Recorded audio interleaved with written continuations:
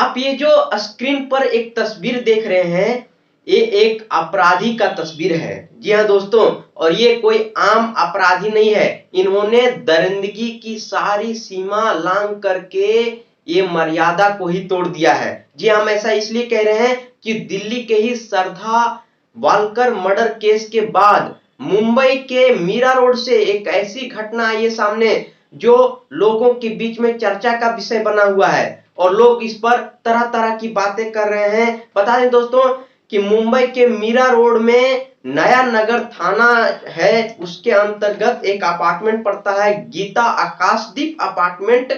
वहां से एक सोसाइटी है, वहां से ही एक वीडियो आई है सामने, एक घटना आई है सामने जो लोगों को झकझोर करके रख दिया है। बता दें कि वहां लिव इन में रहने वाले जो गीता आकाशदीप अपार्टमेंट है उसमें जो मनोज साने जिसका उम्र 56 साल का बताया जा रहा है और जो मृतिका है जो इसकी लिव इन पार्टनर है जिसकी इन्होंने हत्या किया है उसका नाम सरस्वती वैद है, उसका उम्र 36 साल बताया जा रहा है। बता दें दोस्तों कि ये जो मनोज साने है उन्होंने 3 से 4 दिन पहले कत्ल करती है अपने पत्नी का या फिर कहें अपनी प्रेमिका का, और इसके बाद उसके लाश को ठिकाने लगाने के लिए तरह तरह के उपाय करते हैं। उन्होंने अपनी प्रेमिका के लाश को ठिकाने लगाने के लिए तरह तरह के वो सोशल साइट्स पर वीडियो देखे जिसमें श्रद्धा वालकर केस भी देखे न्यूज में। इसके बाद से उन्होंने लकड़ी काटने वाला जो पेड़ काटने वाला कटर होता है वुड कटर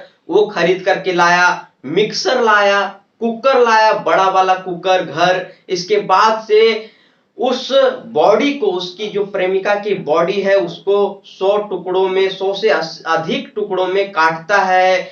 उसको उसकी बदबू को बाहर ना जाए इसके लिए वो कुकर में उसके बॉडी को उबालता है, मिक्सर में पीसता है और उसे जो बाथरूम है उसके तरह से उसे जो है बहा दिया जाता है। और सुबह सुबह जो है कुछ बच जाते हैं जो ऐसे जिससे बहाया ना जा सके, उस टुकड़ों को ले जाकर के सुबह सुबह कुत्तों को खिला देते हैं। और ये जो कुत्तों को खिलाने वाला जो मामला है ये पूरा जो सीसीटीवी कैमरा है वो सड़कों पर कैद हुआ है, जिसके बाद से जो है ये मामला पूरा खुल गया। बता दें अब इस मामले की जो पूरी कहानी है वो मैं बताता हूं। बता दें दोस्तों कि पिछले 5-6 दिनों से एक कमरे से बदबू आ रही थी और वो कमरा था गीता आकाशदीप जो अपार्टमेंट है उसके 7वें मंजिल पर ये कमरा थी। उसके पड़ोसी का नाम है सोमेश श्रीवास्तव। जब सोमेश श्रीवास्तव और उसकी पत्नी जब इस बारे में बोलते हैं कि आपके कमरे में कोई चूहे वगैरह मरे हो तो उनको साफ कर लीजिए क्योंकि बहुत बदबू आ रही है, तो उसको लेकर के जो है मनोज साने से कई बार इसको लेकर के बातें होती है, लेकिन मनोज साने जो है इसको टाल दिया जाता है बात को। जो सोमेश श्रीवास्तव है पुलिस को बयान में वो बताते हैं कि हमने उसके दरवाजे पर घंटी भी बजाई थी, जब हमने घंटी बजाई थी तब वो जो है सेंट से जो बदबू आ रही थी उसको कम करने की कोशिश कर रहे थे। कौन? जो मनोज साने हैं वो। तो जब मनोज साने एक दिन बाहर में ही इससे मिले सोमेश श्रीवास्तव से 2 दिन बाद, तो उन्होंने सोमेश श्रीवास्तव पूछा कि आपके यहाँ से बदबू आ रहा है, चलिए 5 मिनट में देख लेते हैं क्या चीज का बदबू है, क्यों ऐसा हो रहा है। लेकिन उन्होंने ये साफ साफ मना कर दिया कि अभी हम नहीं जा सकते, अभी हम कोई अर्जेंट काम से जा रहे हैं। जिसके बाद से उन लोगों को शक लगा, इसके बाद अगल बगल पड़ोसी में बताए और जिसके मनोज साने के अपने फ्लैट में ना रहते हुए ही इन लोगों ने पुलिस को बुला लिया। अब जब पुलिस के आते ही पुलिस वालों ने शक कर लिया, बदबू इतना भयंकर आ रही थी तो तुरंत उस कमरे को खोला गया। इसके बाद देखा गया कि एक वुड कटर रखा हुआ है, मिक्सर रखा हुआ है और सभी के आंखें चौंधिया गई उस नजारा को देख करके। बाल्टी में जो है उसके बॉडीज रखे हुए थे जो उनकी प्रेमिका है उनकी। तो जब पुलिस ने उसे समझा कि इसे आरोपी को थोड़ा सा दिमाग से पकड़ा जाए तो ये मामला को हल्ला वगैरह नहीं किया और उस मामले को वहीं से दबाने की कोशिश की गई, बाहर में अगल बगल किसी को नहीं बताया गया। जब उसी शाम को जब वापस लौटते हैं मनोज साहनी अपने फ्लाइट में, तो उसे पुलिस वहां धर दबोचता है। इसके बाद से उसे वहां से ले जाते हैं और वहां पर क्राइम ब्रांच की टीमें और अन्य सारे चीजें जो है जांच के जितने भी टीमें होते हैं वहां पहुंच करके वो कमरा का जांच किए।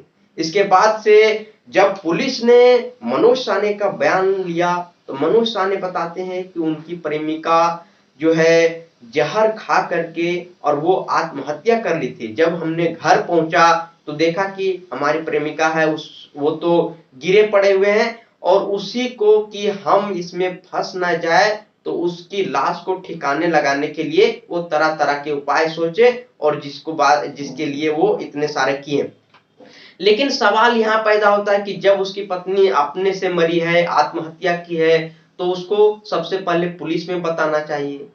आप ही उसकी लाश को क्यों निपटाएंगे? आप क्यों ऐसा करेंगे जिसमें आप ही की जो है जवाबदेही हो?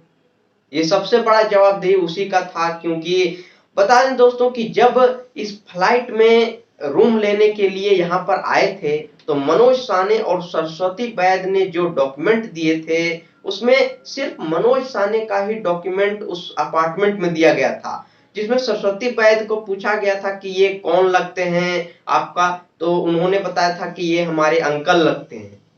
और बाद में पता चला कि इन दोनों का जो है लिव इन रिलेशन में रह रहे थे, और ये 3 साल से वहां रह रहे थे, जिसके बाद से ये घटना जो है 2023 में देखने को मिली, और ये बड़ी घटना है। पता है दोस्तों कि जब वो कुकर में बॉडी को उबालता था, इसके बाद से सुबह सुबह पॉलीथीन में भर करके जो बड़े बड़े बॉडीज के जो हड्डी वगैरह होते हैं वो कुत्तों को खिलाता था। ये भी बात जो है उन्होंने कबूल की है।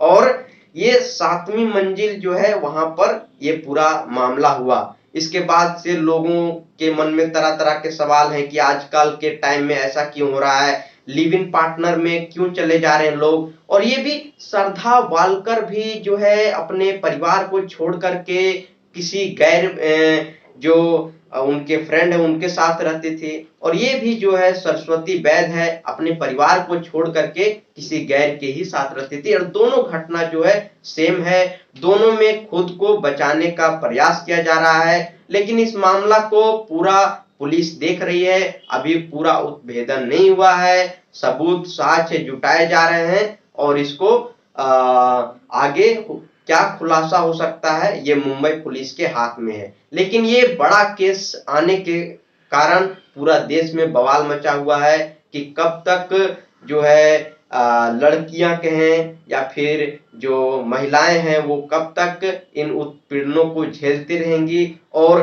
तरह तरह की जो घरेलू हिंसा का शिकार हो जा रहे हैं वो कब तक ऐसा होता रहेगा। तो इस खबर पर और भी अपडेट होगा, मैं आपको जरूर बताऊंगा। Thank you so much.